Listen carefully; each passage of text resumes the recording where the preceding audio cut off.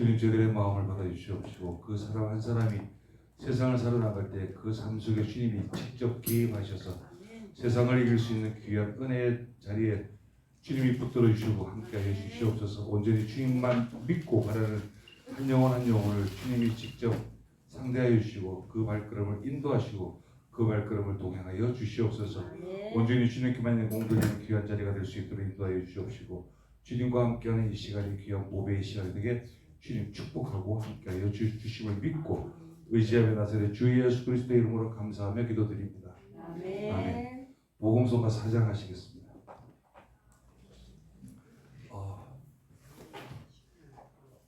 이승배 목사님이 빨리 들어오셔야 돼요. 오늘은 몇 곡 안 해요. 성민이가 특별 부탁을 해서요.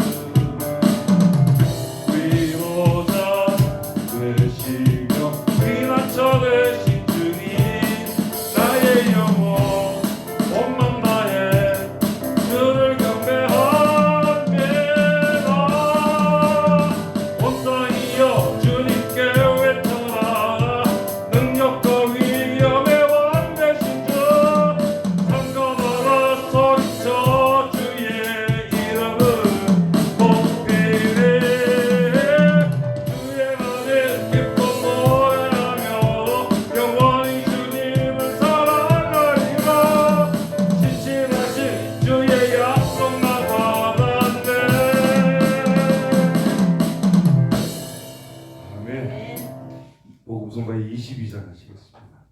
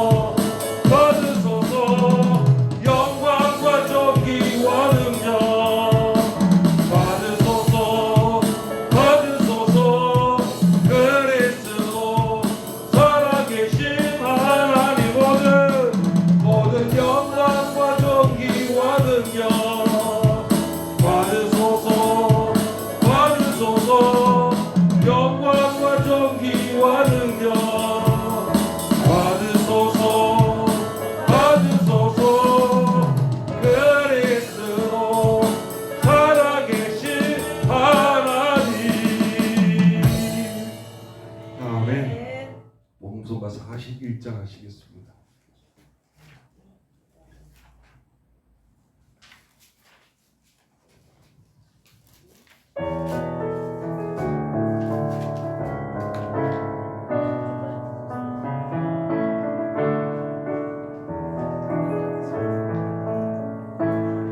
모든 능력과 모든 권세 모든 것 위에 뛰어나신 주님, 세상이 증량할 수 없는 지혜로 모든 만물 창조하셨네. 모든 나라와 모든 보좌, 이 세상 모든 경이로움보다 세상 모든 값진 보물보다 더욱 귀하신 나의 주님, 십자가 고통당하사 버림받고 외면당하셨네. 짓밟힌 장미꽃처럼 나를 위해 죽으셨네. 나의 주 십자가 고통당하사 버림받고 외면당하셨네. 짓밟힌 장미꽃처럼 나를 위해 죽으셨네. 나의 주 십자가 고통당하사 버림받고 외면당하셨네. 짓밟힌 장미꽃처럼 나를 위해 죽으셨네. 나의 주. 아멘. 보험성가 92장 하시겠습니다.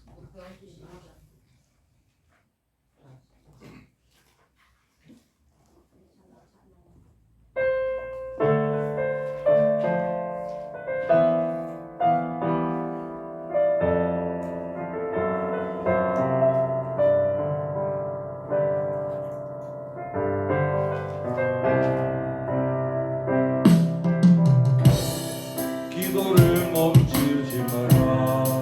눈앞의 상황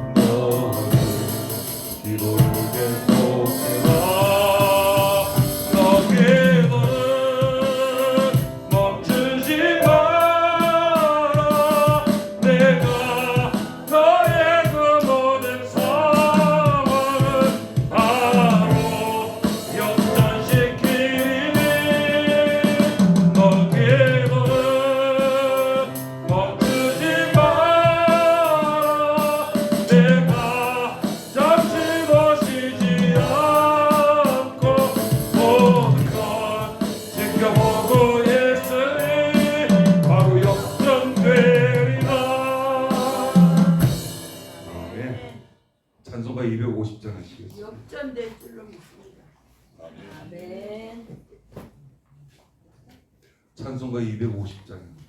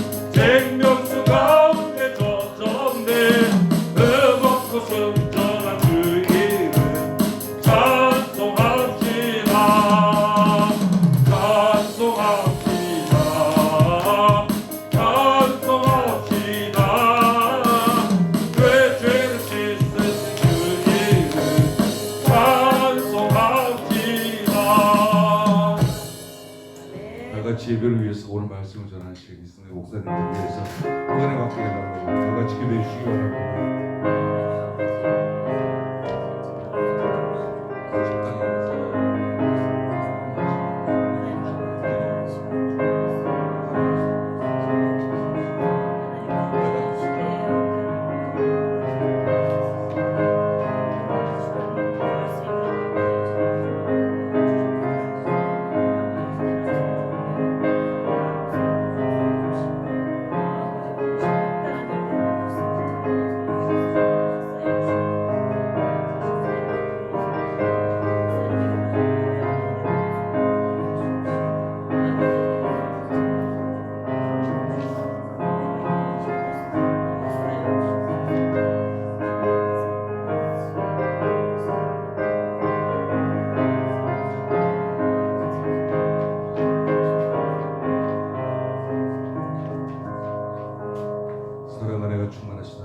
감사합니다. 오늘도 이후의 예배 다시 모인 이 한 영혼 한 영혼을 주님 축복하여 주시옵시고 그 영혼을 주님께서 보살펴 주시옵시고 그 영혼의 삶 속에 주님이 개입하셔서 그 삶이 소망이 넘치는 귀한 삶이 될 수 있도록 기쁨이 넘치는 귀한 삶이 될 수 있도록 그 삶에 활력이 넘치고 승리하는 삶이 될 수 있도록 주님 항상 개입하여 주시옵소서.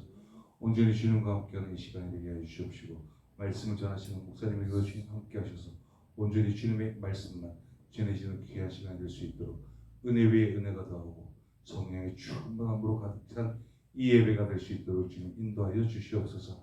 감사와 찬송함을 주님 앞에 돌리며 나사렛 주 예수 그리스도의 이름으로 감사하며 기도드립니다. 아멘.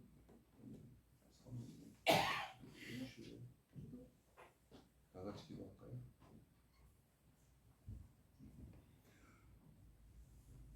복음성가 35장 부르시겠습니다.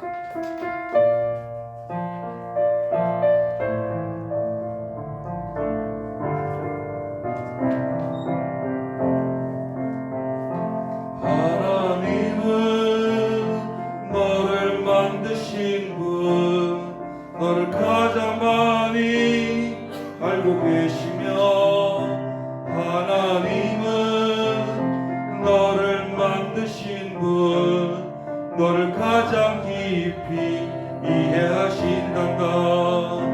하나님은 너를 지키시는 분 너를 절대 포기하지 않으며 하나님은 너를 지키시는 분 너를 쉬지 않고 지켜보신단다.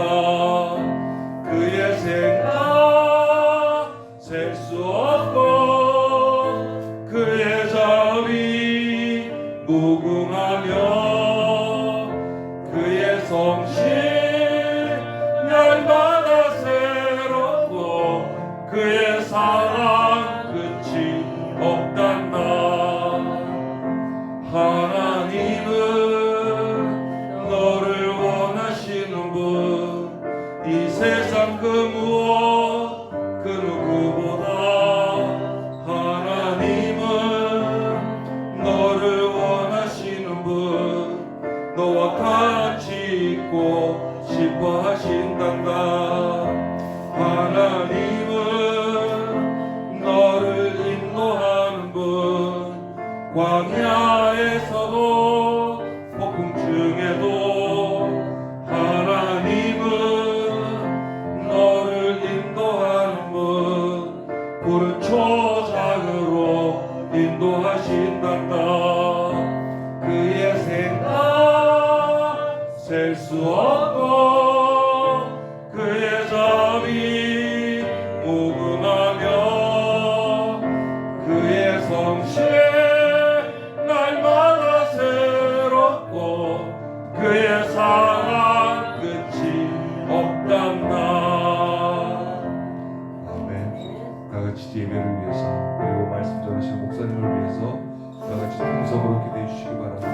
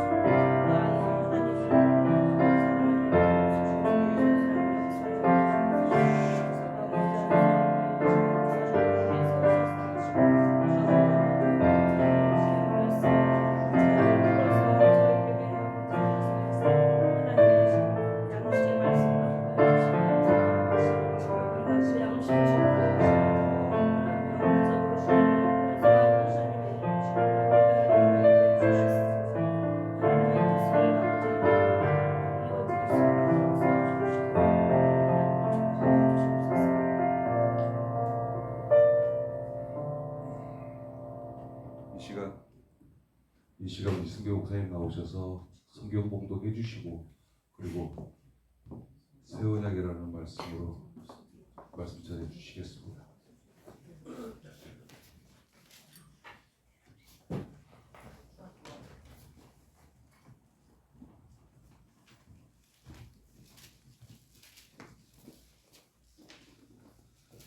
라이브 잘 되고 있죠? 네.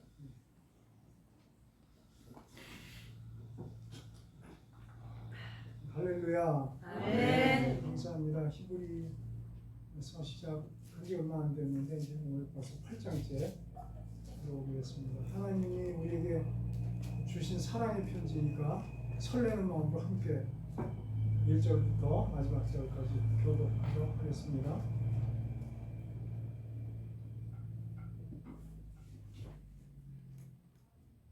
네, 8장 1절부터 지금 우리가 하는 말의 요점은 이러한 대제사장이 우리에게 있다는 것이라. 그는 하늘에서 지극히 크신 이의 보좌 우편에 앉으셨으니 성수와 참 장막에서 섬기는 이시라. 이 장막은 주께서 세우신 것이요 사람이 세운 것이 아니니라. 대제사장마다 예물과 제사 드림을 위하여 세운 자니 그러므로 그는 무엇인가 드릴 것이 있어야 할지니라. 예수께서 만일 땅에 계셨더라면 제사장이 되지 아니하셨을 것이니 이는 율법을 따라 예물을 드리는 제사장이 있습니다. 그들이 섬기는 것은 하늘에 있는 것의 모형과 그림자라. 모세가 장막을 지으려 할 때 지시하심을 얻은 것 같으니 이르시되 산과 모든 것을 산에서 내게 보이던 본을 따라 지으라 하셨느니라. 그러나 이제 그는 더 아름다운 직분을 얻으셨으니 그는 더 좋은 약속으로 세우신 더 좋은 언약의 중보자 하시다. 저 첫 언약이 무흠하였더라면 둘째 것을 요구할 일이 없었으려니와 그들의 잘못을 지적하여 말씀하시되 주께서 이르시되 볼지어다 날이 이르리니 내가 이스라엘 집과 유다 집과 더불어 새 언약을 맺으리라.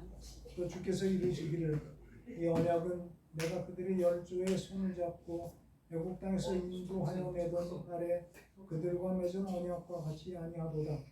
그들은 내 언약 안에 머물러 있지 아니하고 내가 그들을 돌보지 아니하였노라.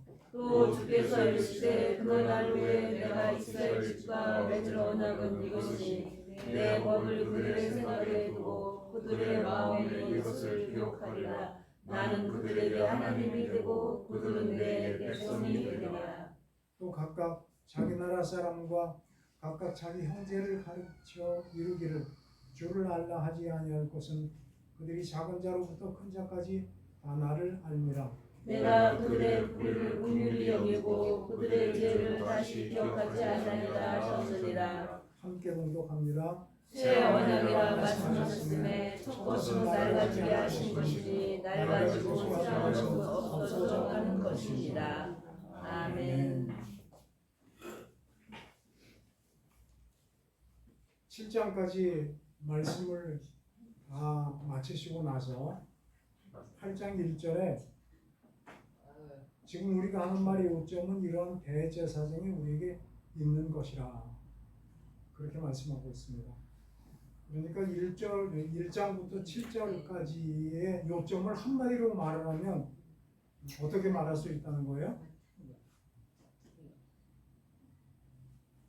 1장부터 7장까지의 말씀을 한마디로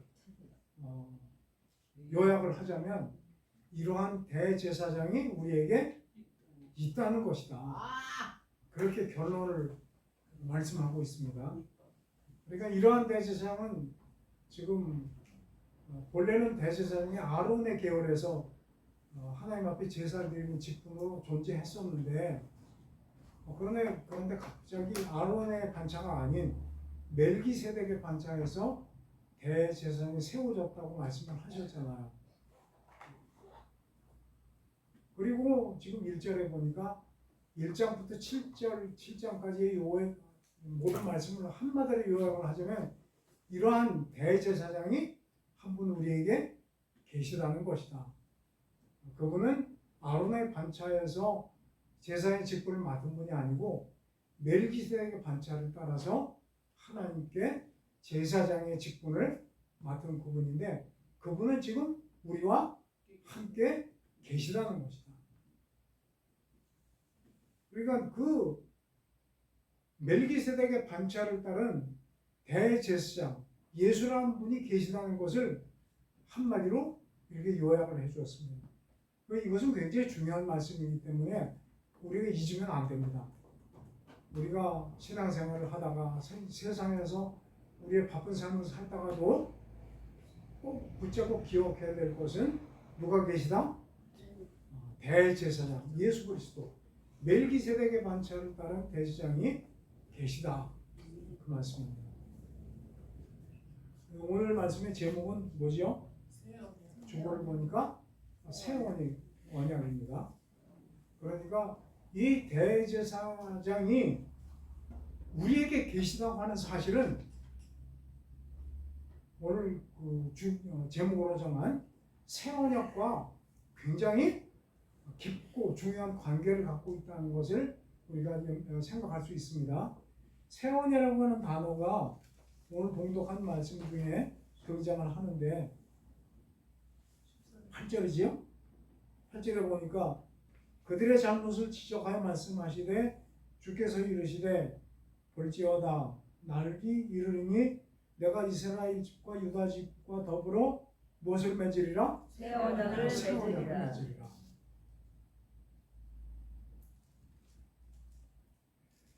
1절에 지금 앞에 모든 말씀한 그 말씀을 한마디로 요약하자면 이런 대제사장이 우리에게 계시다고 하는 사실인데 그 대제사장은 지금 어디에 계시다? 하늘에서 지극히 크신 이의 보좌 우편에 앉으셨다. 그런데 이 하늘 보좌 우편에 앉으신 이는 지금 하늘의 보좌 우편에 앉아 계신데 이 성소죠. 이 성소는 참 장막에서 섬기는 이시라. 이 장막은 주께서 세우신 것이니 사람이 세운 것이 아니니라. 이 말씀은 무엇을 떠올리게 하죠? 이스라엘이 성소가 있었죠. 누가 지었어요? 모세가 처음에 하나님의 지시를 받고 텐트 형식으로 만들었어요. 그리고 가나안 땅에 들어가서 솔로몬이 다윗의 명을 받아서 성전을 건축하게 됐죠. 그런데 이제 그 솔로몬이 성전을 건축하기 전까지는 모세가 텐트 형식으로 성막을 짓고 그리고 계속 이사를 다녔잖아요. 40년 동안이나 이사를 다니는데 그때마다 성소가 앞장서서 이스라엘 백성들을 끌고 다녔어요. 그 이스라엘 사람들은 성소 그러면 그 성막이 먼저 떠오르죠. 그런데 오늘 2절 말씀해 보니까 지금 그 대제사장이신 예수님이 들어가신 성소는 모세가 지은 성소 예고하는 것이 아니다.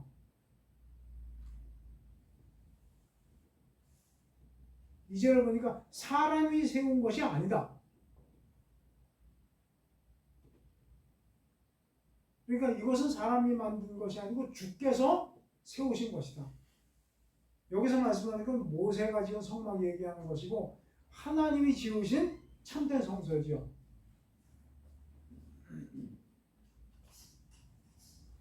거기에 지금 주님이 들어가셨다는 거예요. 그런데 3절을 보니까 대제사장은 사명을 수행하기 위해서 하나님이 직분을 주셨는데 백성들의 죄를 위해서 직분을 주신 거예요. 그러니까 하나님 앞에 나갈 때는 항상 그 백성들의 죄를 위해서 제물을 하나님께 드리고 나서 들어갔어요. 그게 3절 말씀이죠. 그것이 그 이 땅에 있는 성전에 들어갈 때도 아론의 그 제사장들이 항상 하나님 앞에 제물을 드리고 들어갔다고 하면 참된 성소에 들어간 그 멜기세덱의 반차인데 예수라고 하는 대제사장도 뭔가 드릴 게 있어야 되지 않겠느냐 그렇게 말씀하고 있어요. 정말? 꺼져 있어요? 안 된다고 얘기를 하시죠. 참고 들죠.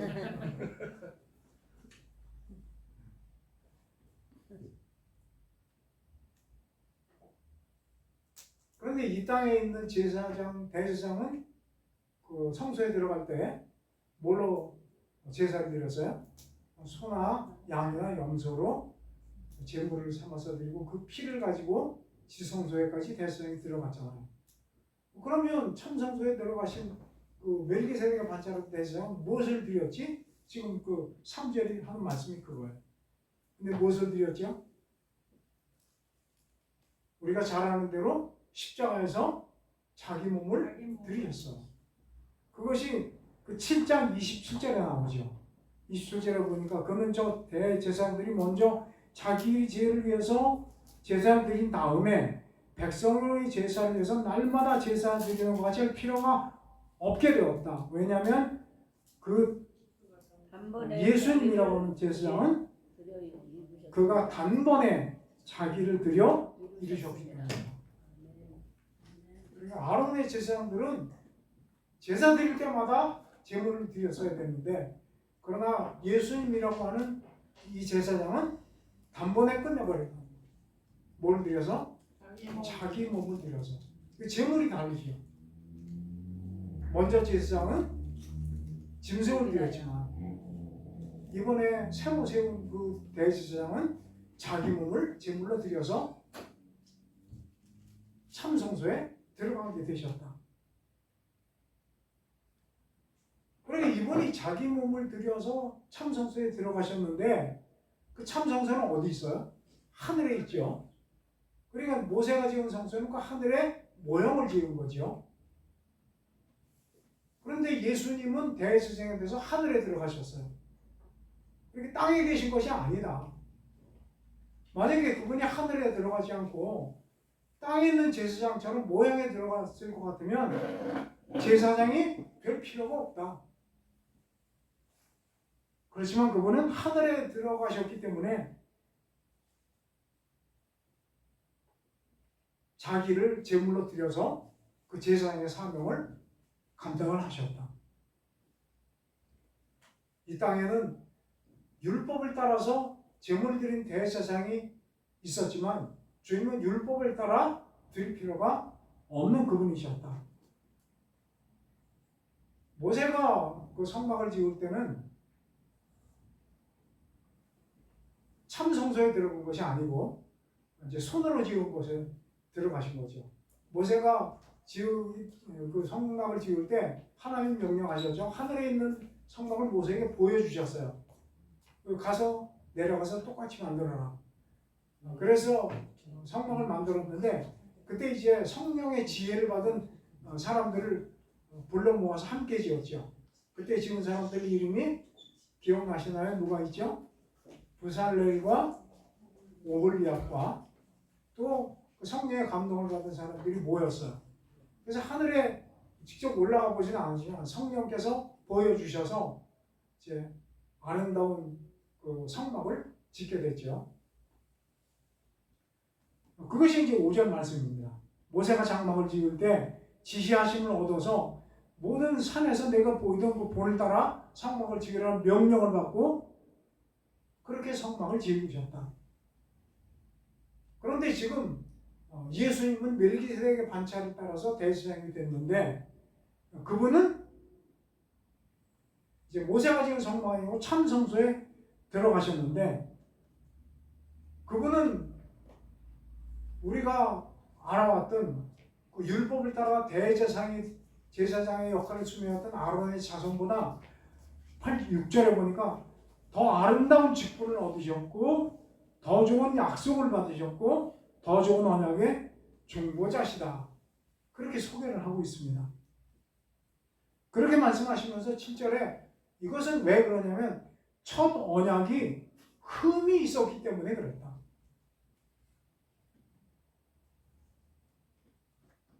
만약에 흠이 없었다면 둘째 것을 요구할 필요가 없었을 텐데 그것이 흠이 있었기 때문에 둘째 것을 요구하게 되었다. 그러니까 뭐가 흠이 있었다는 거예요? 제사장 제도도 흠이 있었고 제사 제도도 흠이 있었고 성막 자체도 흠이 있었고 그 성막은 백성들이 들어갈 수 있었어요? 못 들어가잖아요. 늘 휘장으로 가로막혀 있어서 그 안에 하나님 보좌가 있지만 누구도 들어가지 못했어요. 그리고 제사를 지냈어도 그것이 백성들이 죄를 다 없애지 못하니까 들어갈 때마다 제사를 또 지냈어요. 제사장 자체도 때가 되면 또 죽잖아요. 다른 사람을 세워서 제사장을 세워야 되고 들어갈 때 자기를 위해서 제사 지내고 또 백성의 죄를 위해서 제사 지내고 흠이 너무 많았어요. 그러니까 하나님이 보시고 안 되겠다. 둘째 것을 세워야 되겠다. 그렇게 해서 멜기세덱의 반차를 따른 제사장을 세우게 되셨고 그 무음했던 것들을 이제 하나님께서 완전히 바꿀 계획을 갖고 이 일을 시작하셨다. 7절에 보니까 이 첫째 모든 것들이 흠이 있으니까 8절에 보니까 이렇게 제사를 지내고 백성들이 제물을 갖다 대제사장에게 드리고 해도 끊임없이 잘못이 드러나는 거예요. 8절에 뭐라고 말씀해요? 그들의 잘못을 지적을 해서 하나님께서 말씀을 하셨다. 지적을 해서 하신 말씀이 뭐예요? 주께서 이르시되 볼지어다 날이 이르리니 내가 이스라엘 집과 유다 집과 더불어 뭐를 매질했다? 새 언약을 맺겠다. 그 새 언약을 맺기 위해서 세운 분이 멜기세덱의 제사장이에요. 그리고 그 멜기세덱으로 제사장이 있다고 하는 것은 무엇을 기억하게 하는 거야? 아, 새로운 언약을 우리에게 주시는구나. 옛 언약은 뭐가 있었다? 흠이 있어서 우리가 하나님 앞에 나아가서 섬기려고 해도 이것은 끊임없이 문제만 생겼지 해결이 안 됐구나. 그래서 하나님께서 멜기세덱을 세우시고 뭘 하셨다? 옛 언약이 아닌 새로운 언약을 세우시려고 하는구나. 이 새 언약은 어떻다? 9절에 보니까 이 옛 언약과 비교할 때 새 언약이 있다고 하는 것이 옛 언약이 있기 때문에 그렇잖아요. 그 새 언약은 어떻게 세웠어요? 내가 그들의 열조의 손을 잡고 애굽 땅에서 인도하던 날에 그들과 맺은 언약은 옛 언약이에요. 그런데 새 언약은 그 언약과 같지 않다. 새 언약은 어떻다? 그들은 내 언약에 머물러 있지 않았기 때문에 내가 그들을 어떻게 했다? 돌보지 않았다. 백성들이 노력을 했죠. 하라는 대로 율법도 지키고 제사도 지내고 대제사장이 제물을 가지고 들어가긴 했어도 그래도 문제가 해결이 안 되는 거예요. 그것을 그들이 내 언약에 머물러 있지 않았다고 말씀을 하는 거예요. 그렇기 때문에 어떻게 하셨다? 9절 마지막에 보니까 그들이 내 언약에 머물러 있지 않았기 때문에 내가 그들을 돌보지 않았다. 그래서 내가 새 언약을 세우기로 했다. 10절 또 주께서 이르시되 그날 후에 내가 이스라엘 집과 맺은 언약을 이것이니 내가 그 법을 그들의 생각에 두고 그들의 마음에 이것을 기록하리라. 나는 그들에게 하나님이 되고 그들은 내게 백성이 되리라.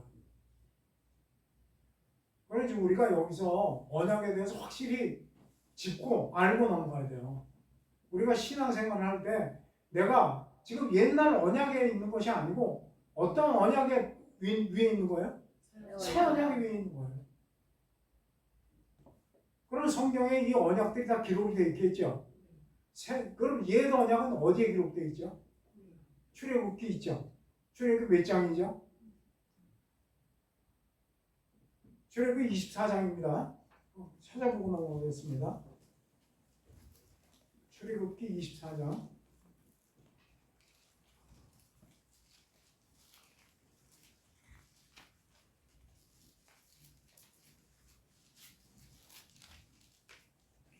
출애굽기 24장에 하나님과 이스라엘 백성이 맺은 옛 언약이 나옵니다. 그런데 이 옛 언약이 왜 24장에 나오는가 하면 출애굽기 20장부터 23장까지 이게 하나님께서 십계명과 율법을 주신 내용이 기록이 되어 있어요. 그래서 20장부터 십계명을 비롯한 율법이 쭉 23장까지 기록이 됩니다. 그럼 율법을 받았잖아요. 계명을. 모세가 그 받은 말씀을 가지고 내려와서 백성들을 모았습니다. 하나님께서 이런 계명과 율법을 주셨다. 너희들 어떻게 할래? 하나님은 어떻게 하라고 했어요? 이 계명과 율법을 지켜라. 그러면 너희가 복을 받고 생명을 얻게 될 것이다. 그랬죠? 근데 만약 이 율법과 계명을 지키지 않으면 뭘 받는다? 저주를 받는다. 모세가 이 법을 가지고 내려와서 어떻게 할 것이냐 물어봤더니 백성들이 뭐라고 그래요? 우리가 지키겠나이다. 그게 이제 24장에 나오는 거죠. 24장 봅니다.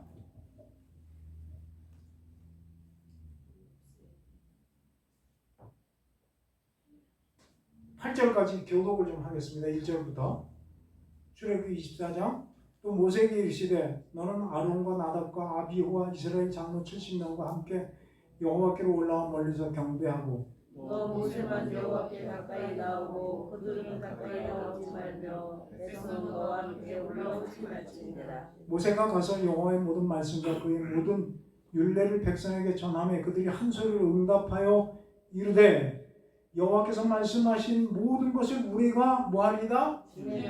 준행하리이다. 모세가 여호와의 모든 말씀을 기록하고 이른 아침에 일어나 산 아래 제단을 쌓고 이스라엘 12지파대로 12기둥을 세우고 이스라엘 자손의 청년들을 보내어 여호와께 소로 번제와 화목제를 드리게 하고 모세가 피를 가지고 반은 여러 양푼에 담고 반은 제단에 뿌리고 언약서를 가져다가 백성에게 낭독하여 듣게 하니 그들이 이르되 여호와의 모든 말씀을 우리가 뭐하리이다? 준행하리이다. 모세가 그 피를 가지고 백성에게 뿌리며 이르되 이는 여호와께서 이 모든 말씀을 대하여 너희와 세우신 언약의 피니라. 아멘. 아멘. 이게 옛 언약입니다. 첫 번째 언약이고 옛 언약입니다. 우리가 기억하고 잊지 말아야 돼요. 아, 이런 언약이 첫 번에 있었고 하나님이 이것 가지고 도저히 안 되니까 새로운 언약을 세우셨구나. 첫 언약이 어떻게 됐어요? 율법에게 모세와 율법 십계명을 주시고 백성들에게 지키겠는지 물어봐라. 지키겠느냐고 물어보니까 우리가 뭐하리이다? 준행하리이다. 두 번씩이나 그랬어요. 그럼 됐다. 그럼 피로서 언약을 맺자. 그래서 무슨 피를 잡았어요? 소로 잡아서 피를 흘리게 하고 그 피로 언약을 맺은 거예요. 그것으로 번제하고 화목제를 드리고 6절 모세가 이 피를 가지고 반은 양푼에 담아서 제단을 뿌리고 나머지 반은 어디다 뿌렸어요? 백성에게 뿌린 거예요. 우리가 구약의 백성이라면 이 자리에 앉아서 피로 뒤집어 쓰는 거예요. 왜? 약속을 지키지 않으면 어떻게 되는 거예요? 죽음이라는 거예요.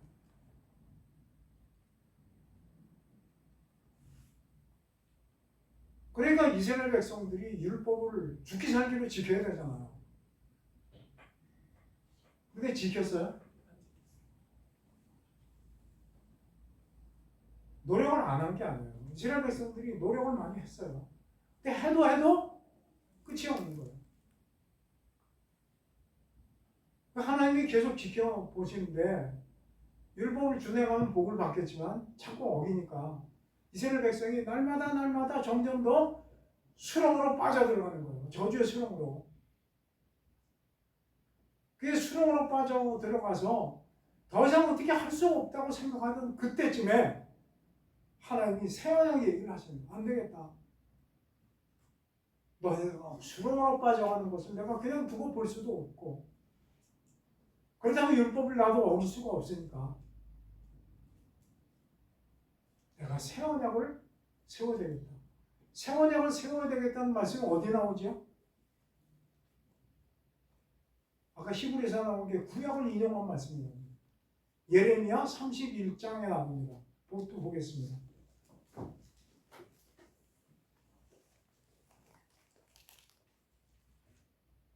아가, 이사야, 예레미야.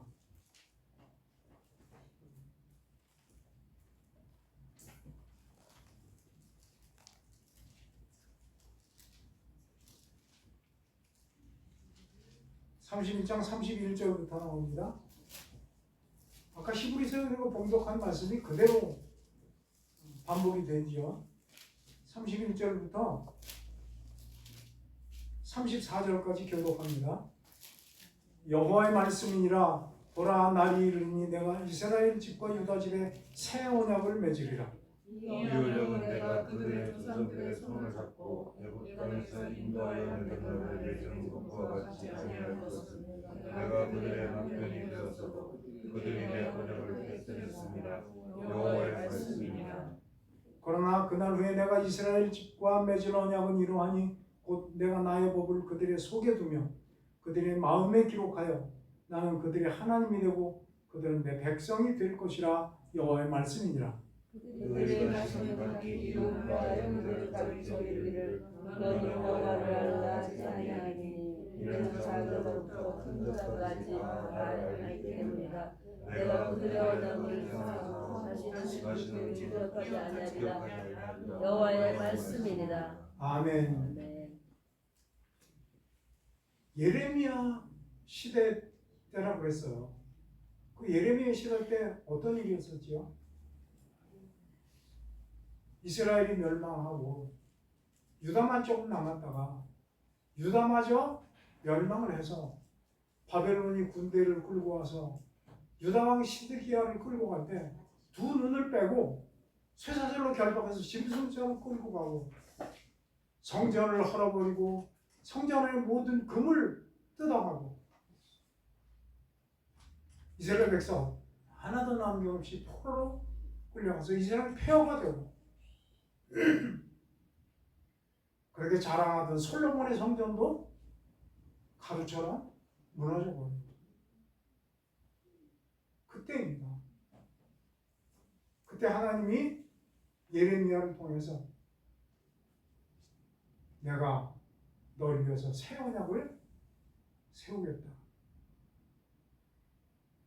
보라 날이 이르니 내가 이스라엘 집과 유다 집에 새 언약을 세우려. 그것은 내가 너희 조상들을 애굽 땅에서 인도하던 날에 맺은 것 같은 그 옛 언약 같지 않겠다.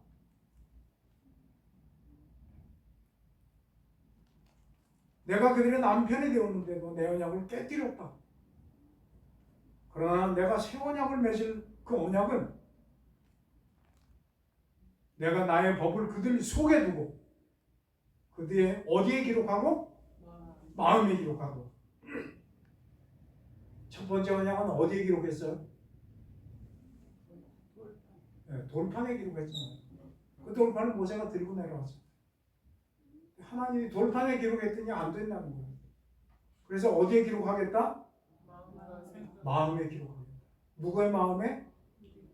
네, 내 마음에, 내 마음에. 여러분 마음에 기록한 말씀이 있으십니까?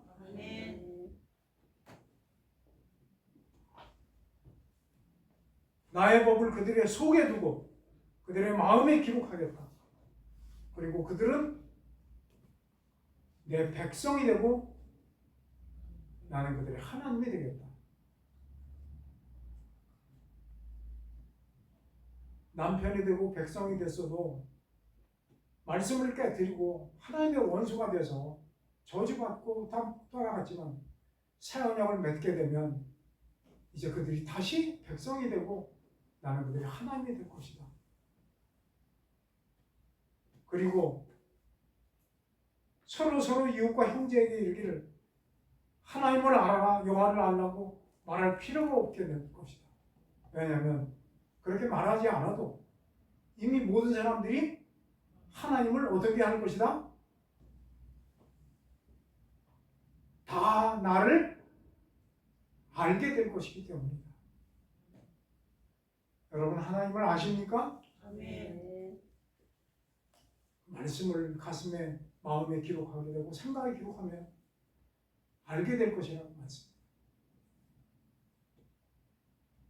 이때부터 하나님이 때가 되기를 손꼽아 기다리실 거예요. 때가 되면 새 언약을 맺어야지. 때가 되면 맺어야지. 그리고 세월이 흘러갔어요. 새 언약을 맺게 됐어요. 어떻게 맺었지요? 예수님을 통해서. 누가복음 22장입니다.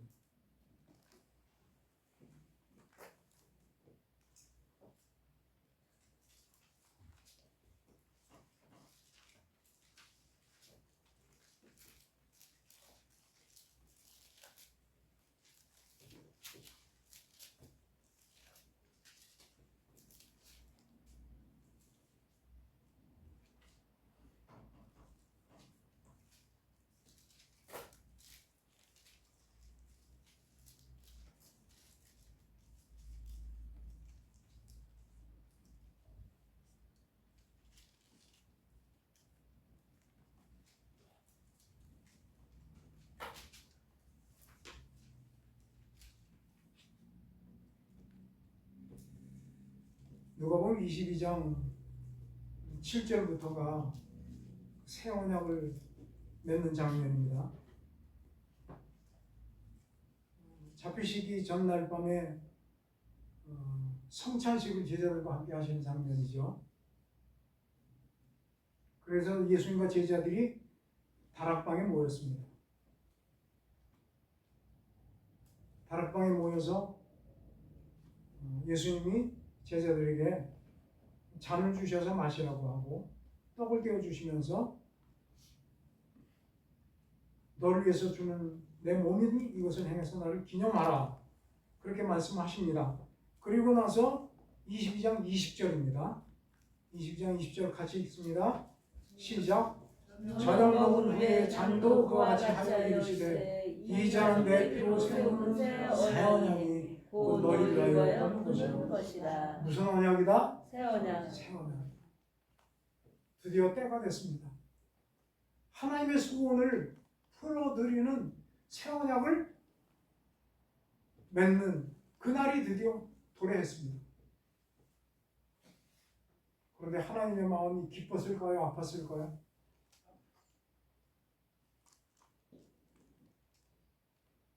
우리를 구원하실 생각하면 기쁘셨겠고 하나밖에 없는 독생자가 고난을 당할 것 생각하면 괴로우셨을 것이고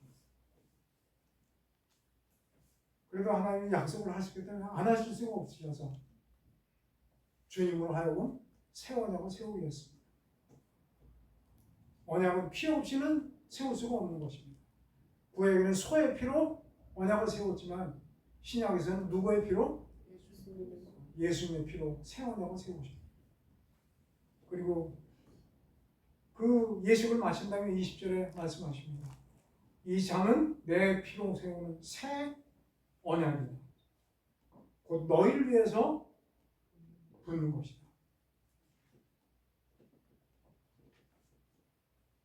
이 말씀이 끝나고 제자들과 함께 산으로 가시고 그날 새벽에 군사들에게 잡혀서 십자가에 언약의 제물이 돼서 죽으셨습니다. 그리고 그 피를 우리에게 부어주셨습니다. 그리고 우리가 성찬식을 기념할 때마다 예수님의 피를 먹고 마십니다. 그것이 우리에게 생활입니다. 히브리서 8장으로 돌아오겠습니다.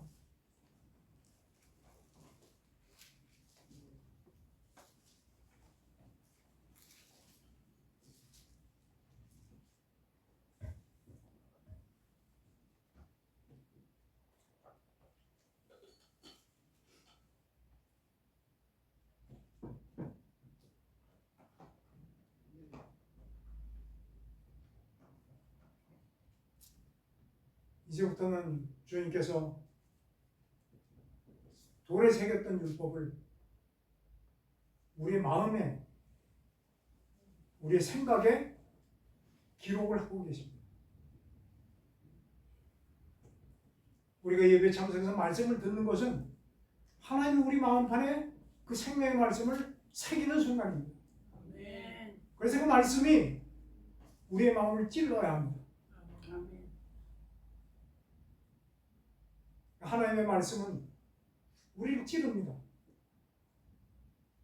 베드로가 말씀을 전할 때 그들이 마음에 찔려 형제 우리가 어찌할꼬 스데반의 말씀을 전할 때도 이스라엘 사람들이 마음에 찔려 돌을 던져서 스데반을 쳐 죽였습니다. 말씀이 마음을 찌르면 두 가지 반응이 일어나는 것 같습니다. 하나는 주여 우리가 어찌할꼬 또 하나는 돌을 던져서 치는 사람들이 있습니다.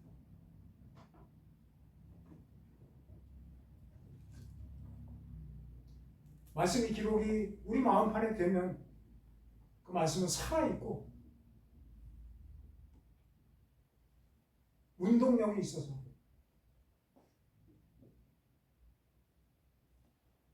하나님의 말씀이 우리 마음을 감동을 합니다.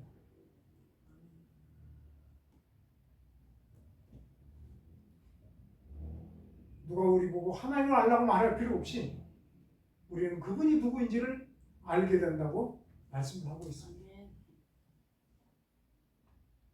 8장 12절입니다. 내가 그들의 불의를 긍휼히 여기고 그들의 죄를 다시 기억하지 아니하리라. 달라진 게 없어요. 옛 언약 때하고. 그런데 옛 언약 때는 어떻게 됐어요? 내가 그들을 돌보지 않았다. 그러나 새 언약 때는 어떻게 한다? 불의가 있어도 어떻게 하고? 불쌍히 여기고, 죄가 있어도 내가 기억하지 않겠다. 우리는 불의가 있고 죄가 있어도 주님 앞에 담대히 나올 수 있습니다. 왜요? 멜기세덱의 대제사장이 지금도 계시거든요. 그분이 주님 앞에 그렇게 나갔다고 말씀합니다.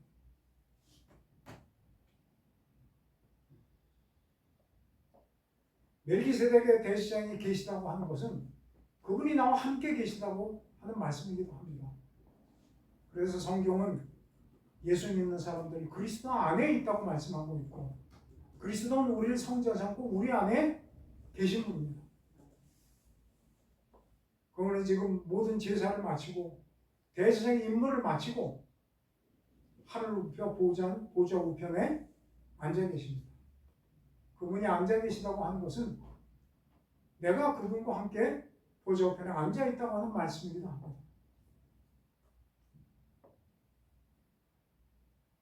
에베소서 3장을 보겠습니다.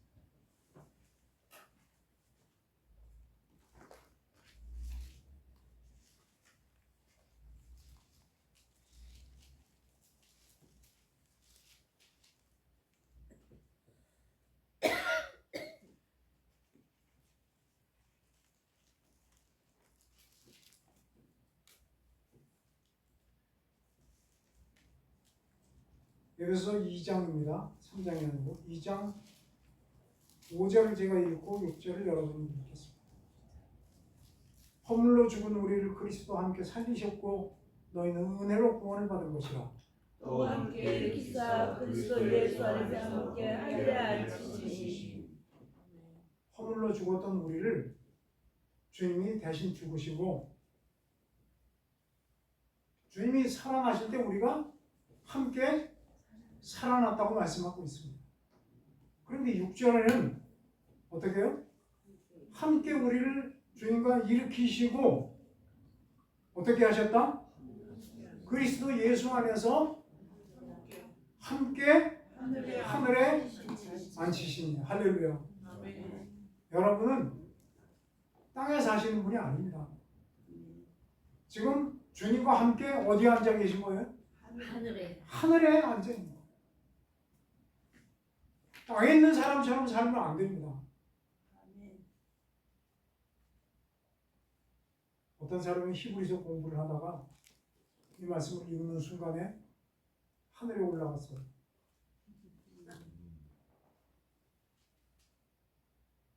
그리고 얼마 후에 다시 내려왔는데 꿈인지 생신지 그때부터 적응이 잘 안 됐어요. 왜 내가 여기 있지? 내가 여기 있으면 안 되는데. 우리는 여기 있으면 안 되는 존재입니다. 함께 하늘에 보좌의 주님과 함께 앉아 있어야 되는 존재입니다. 그런데 성경은 이미 우리가 그렇게 앉아 있다고 말씀하고 있습니다. 우리는 하나님의 백성이고 그분은 우리의 하나님이시고 우리의 왕이십니다. 몸은 이 땅에 있지만 그러나 우리는 이미 천국을 살고 있는 하나님의 자녀들입니다. 아멘. 마지막 절입니다. 히브리서 8장 마지막 절. 새 언약이라 말씀하셨음에 첫 것은 낡아지게 하신 것이니. 우리는 새 언약 바탕에 서 있는 하나님의 자녀들입니다. 그렇다고 알고 어쩌면 첫 것, 율법에 속한 옛 언약은 어떻게 된 것이다? 낡아지게 하는 것이다. 하나님의 율법이 아무리 지엄하고 무서워도 더 이상 우리를 어떻게 손을 댈 수가 없습니다. 아무리 우리의 죄가 주홍같이 진하고 붉다 하더라도, 아무리 더럽다 하더라도, 아무리 크다 하더라도 첫 언약은 낡아지게 하는 것이고, 낡아지고 쇠하는 것은 없어져 가는 것입니다. 우리의 대제사장 되신 주님의 피가 우리 마음속에 부어지고 하나님의 생명의 말씀이 우리 마음판에 새겨져 있습니다. 우리가 믿음으로 그것을 붙잡고 있기만 하면 주님께서 내 안에서 일을 하시고 우리 안에 있는 천국 날마다 아름답게 확장될 것입니다. 아멘. 기도하겠습니다. 고마우신 아버지 하나님, 옛 언약의 짐에서 해방시켜 주시고 새 언약의 기쁨 위에 우리를 세워주신 것을 감사합니다. 아멘. 주님께서 우리를 붙들어 주시고 생명의 말씀으로 우리 마음판에 새겨 주시오니 그 말씀으로 우리 안에 창조의 역사가 날마다 일어나게 하여 주시옵소서. 아멘. 그 새 언약의 말씀을 견고히 붙들고 주님과 함께 휘장 안에서 주님을 찬양하는 우리 모두가 되게 하여 주시옵소서. 아멘. 예수님의 이름으로 기도드립니다. 아멘. 아멘.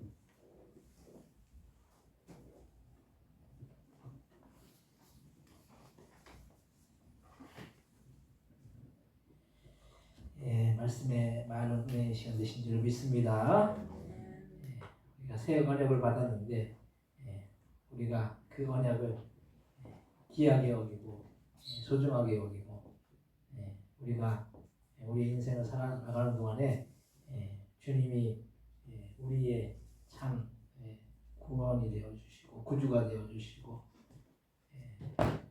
제가 어제 이렇게 전전을 갔는데 여기에서 전도를 하더라고요. 전도하시는 분이 그런 얘기를 하시더라고요. 예수님 믿으면 너무 좋아요. 그런 그렇게 전도하시더라고요. 우리가 예수님 믿은 게 참 복이죠. 축복이고 그 은혜로 말미암아 우리는 구원함을 얻고 그 구원의 간격을 우리가 항상 우리가 소유해야 될 줄 믿습니다. 우리가 그 구원의 간격이 있으면 어떻게 돼요? 그 구원의 간격을 나만 갖고 있지 않잖아요. 주변의 사람들에게 복음을 전하게 되어 있잖아요.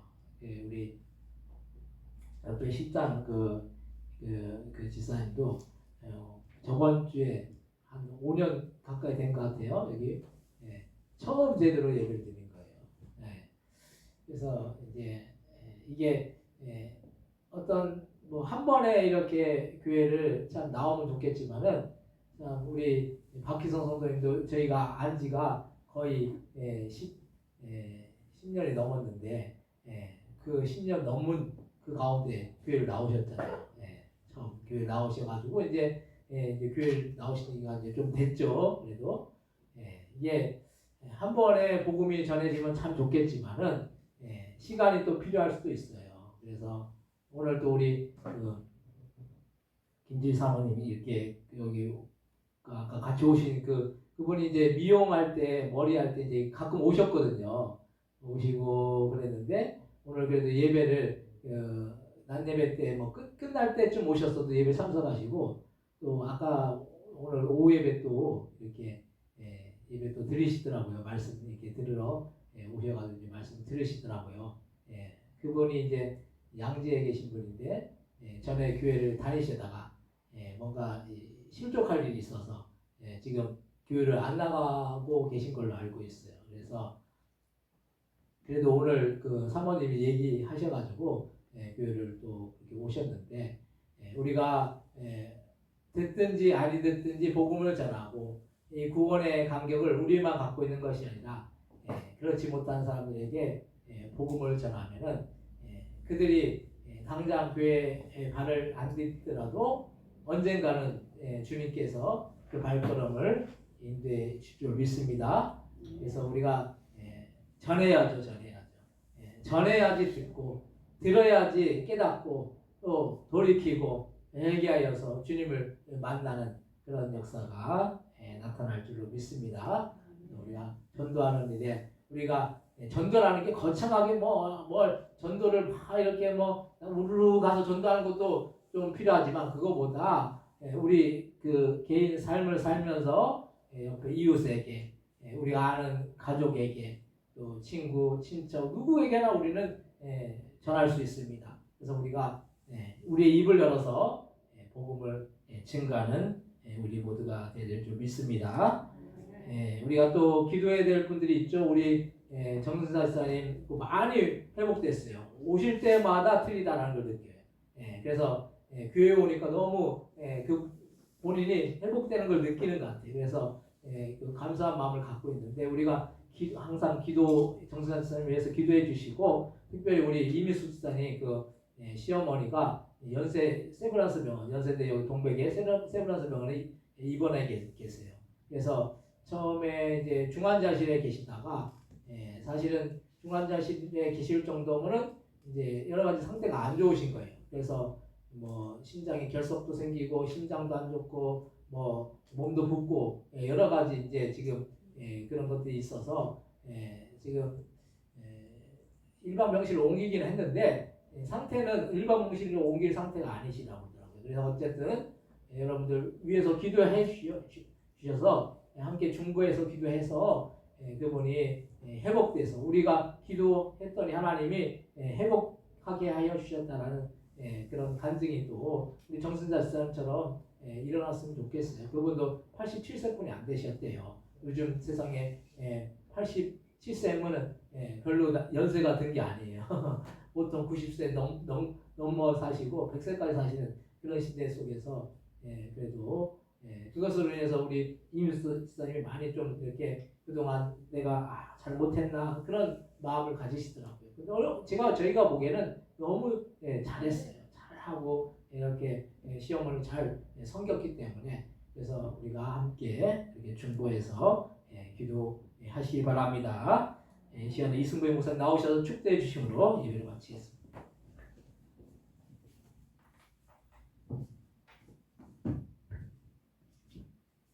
우리 주 예수 그리스도의 은혜와 하나님 아버지의 크신 사랑과 성령의 교통하심이 사모하는 마음으로 함께 모여 예배드린 주의 자녀들 위해 가정과 포도원 교회 위에 영원토록 함께 하시옵기를 축원하옵나이다.